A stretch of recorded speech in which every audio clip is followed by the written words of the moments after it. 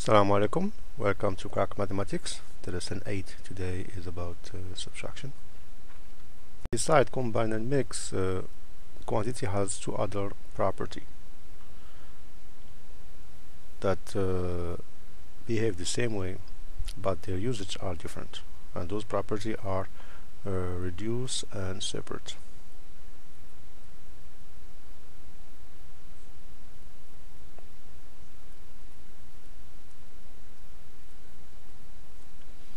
So both actions decrease the amount of the quantity, but each one is used with a specific condition. For example, suppose I have a set of banana here, and I want to decrease the amount of piece of this set of banana. So if I start moving piece by piece, so which action I'm doing here?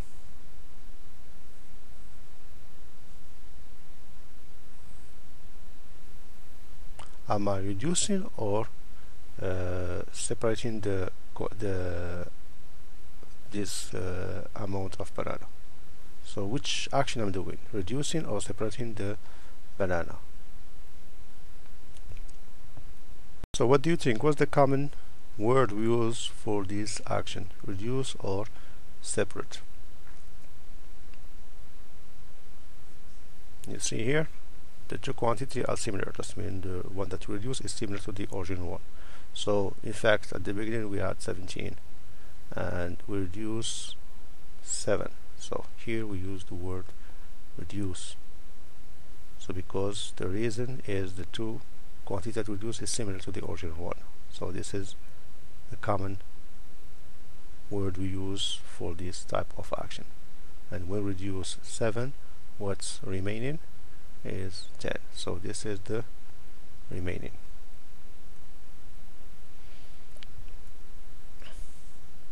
What about if I have this set of item, and what I did, I remove the paper from banana.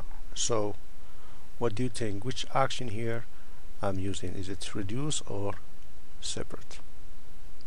I suppose we agree in this action we didn't reduce any quantity, either the banana quantity or the paper quantity. So we didn't reduce none of those quantity. So if we didn't reduce any of this quantity, that means what should we use here? So we use separate. Here we separate the paper from its original set. And if you notice with separate, the removed item is not similar to the original one, so not similar, and the remaining or the left item is not similar to the original one too. So both items are not similar to the original one. Let's summarize about what we have about those actions so far. With the reduce, so what we got the decreased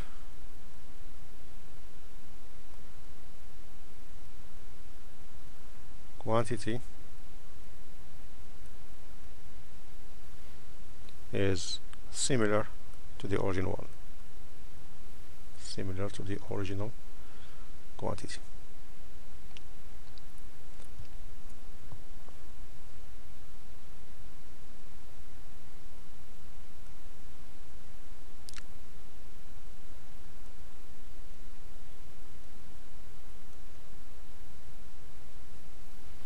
But with separate,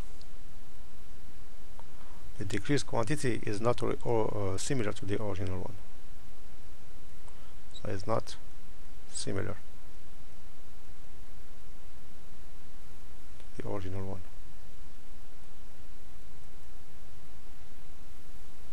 And the remaining quantity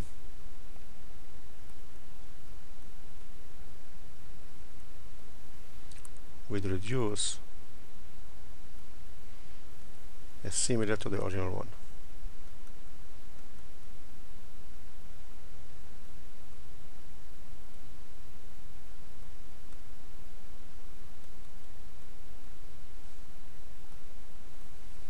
but with separate it's not similar.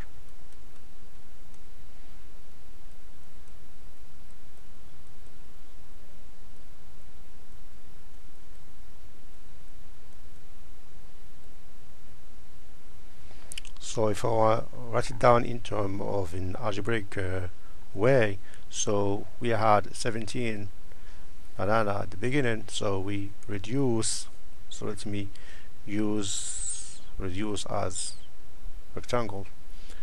We reduce 7 banana, what's remaining is 10 banana, but with separate we got 17 item, we reduce 8 item,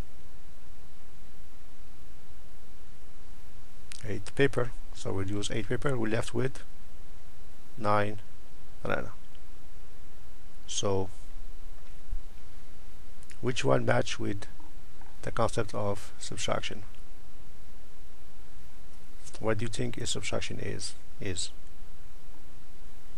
action of reduce or action of separate? So what do you think?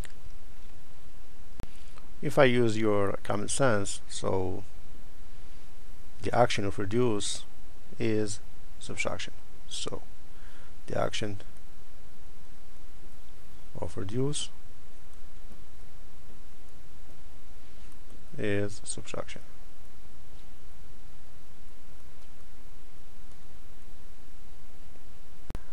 Now if I want to give a definition of subtraction, what do you think definition should be? Can you guess about how the definition of subtraction should be? Let me help you with some information. So the purpose of subtraction is to find the remaining quantity. This is the purpose of subtraction, which is called the remainder. And keep in mind, subtraction is an action. So what do you think? How we can define subtraction? So let's give the definition. So definition. So what do you think subtraction is? So we know that subtraction is an action. So subtraction is a process. So what's the purpose of that process? Is to find remainder. So is a process of finding a quantity called remainder.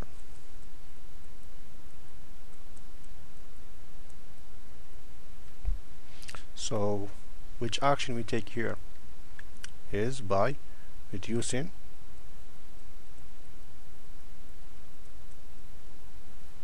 a quantity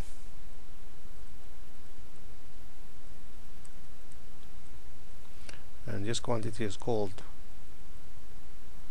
subtrahend.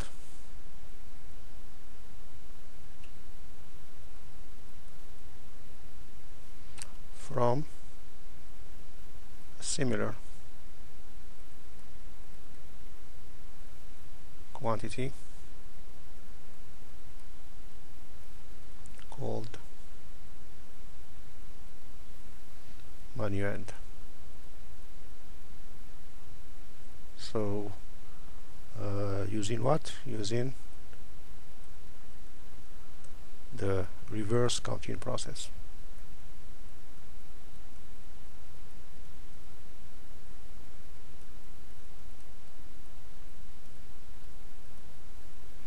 So this is how we find the remainder, and we use this symbol, which is a small segment, and it's read minus to represent subtraction.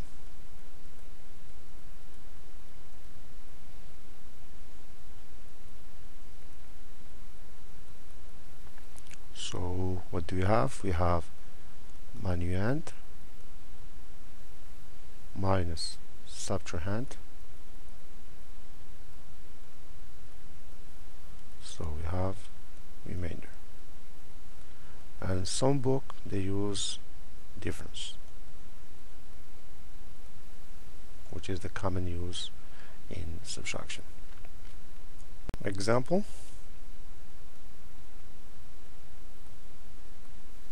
So if I have, for example, the 17 banana minus 7 banana, so in order for me to find out the remaining quantity, so I'm going to start from 17, I'm going to do the reverse counting.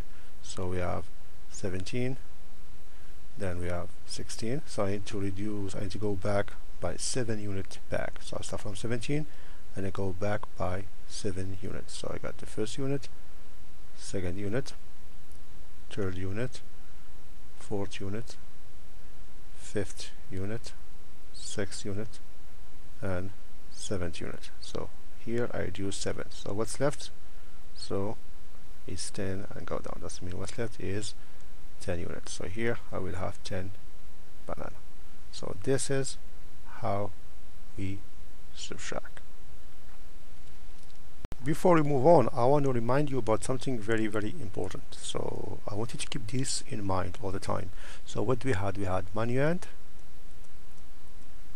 minus subtrahend equal remainder or difference, whatever you want to call it.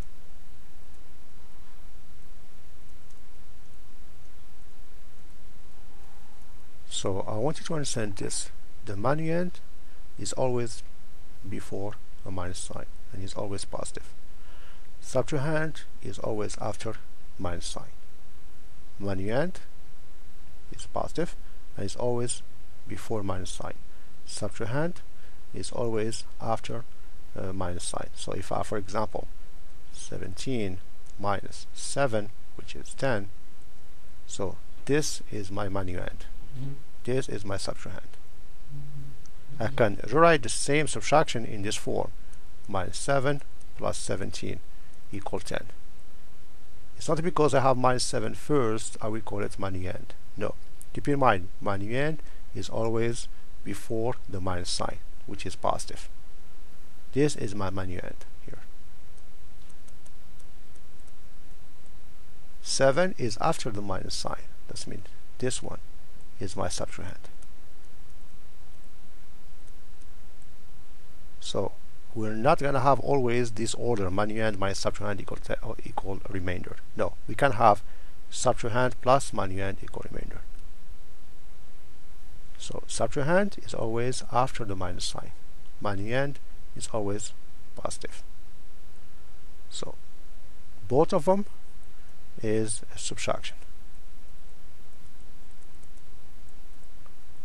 The order of subtrahend and manuand, we don't have a fixed order, so they can switch, but still the after minus is subtrahend and the positive one is manuand.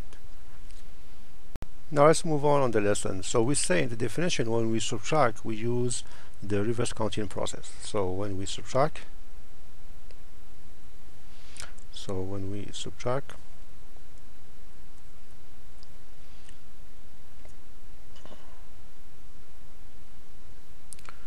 we use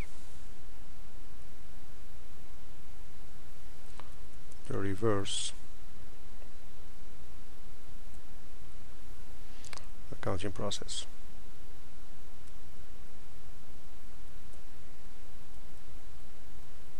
So when we subtract. So like I say, I give you an example here. So we have 7 minus 3. So here what I do, I start from 7, then I go 3 units back. So this is the first unit, the second unit, the third unit. So whatever remainder is the fourth unit. So this will be my remainder. So that means 7 minus 3 is 4.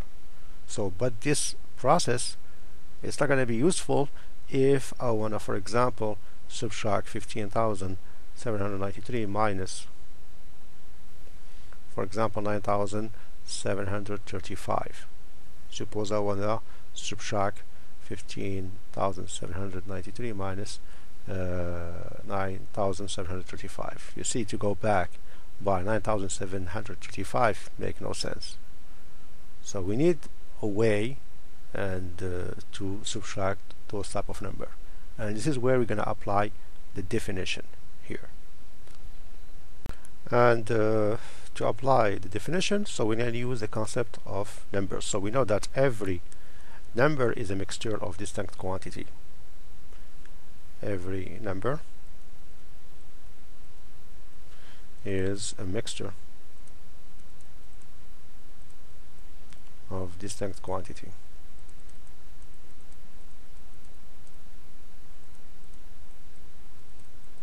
So I'm gonna give you an example, which is we use a lot of example in lesson 2, which is when we talk about numbers, but let me give you an example. For example, if I have 579, so that number is a mixture of 5 hundreds quantity and 7 tens quantity,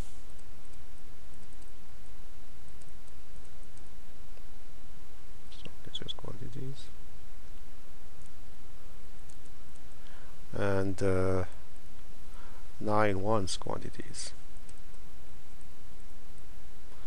So 9 ones quantities. So every number is a mixture of distinct quantities.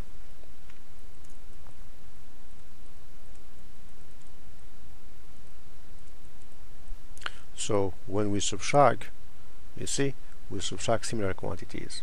So if you remember the definition, subtract is a process of finding a quantity, so the remainder, producing a quantity from a similar, you see, a similar quantity. So you can subtract only similar quantity. So if I have two number, for example 579 minus 231, I want to subtract those two number, and we know that each number is a mixture of distinct quantity, so I'm going to subtract the similar quantity.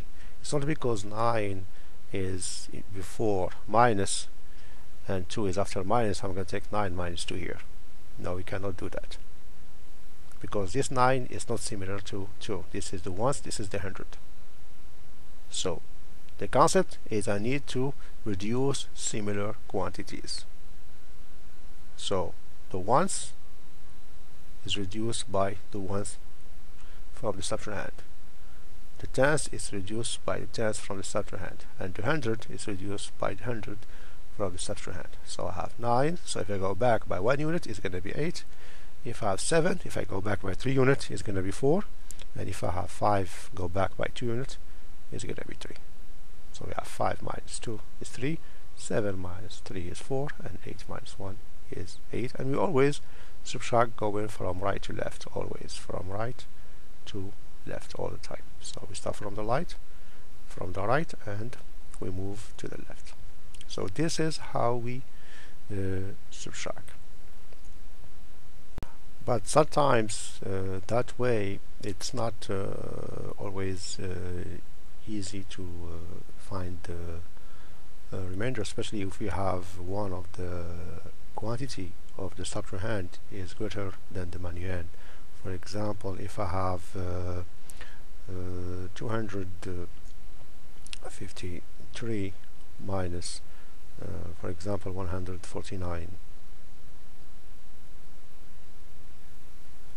I want to find out the remainder here. So if I want to reduce 3 by 9 units, it's make no sense. You see, if I go back from 3 going back 9 units, it's make no sense. So in that case, what do I need to do? So in that case, I need to make this 3 bigger than 9.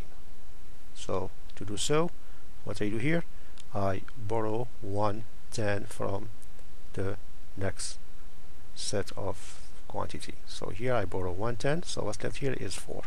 That means I still have 4 tens here, and here I will have 13 1. So when we have the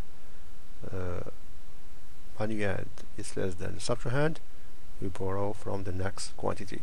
If the next quantity again is smaller than the subtrahend, we borrow from the next one, and so on. So we always borrow from the next one on the left all the time. We always borrow only 1 unit. Does mean here if I borrow 1 unit from here, I'm gonna add 10 to the ones, because 1 unit from the tens is 110. So 110 and 3 ones, so it's going to be 13 ones.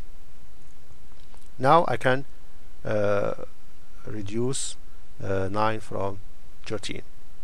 So then I will have here 4, and we have 4 reduced by 4 is 0, and we have 2 minus 1, which is reduced by 1, is 1, and this will be my answer for that type of question. So this is all about this lesson today. So I hope the subtraction is clear in your mind now, and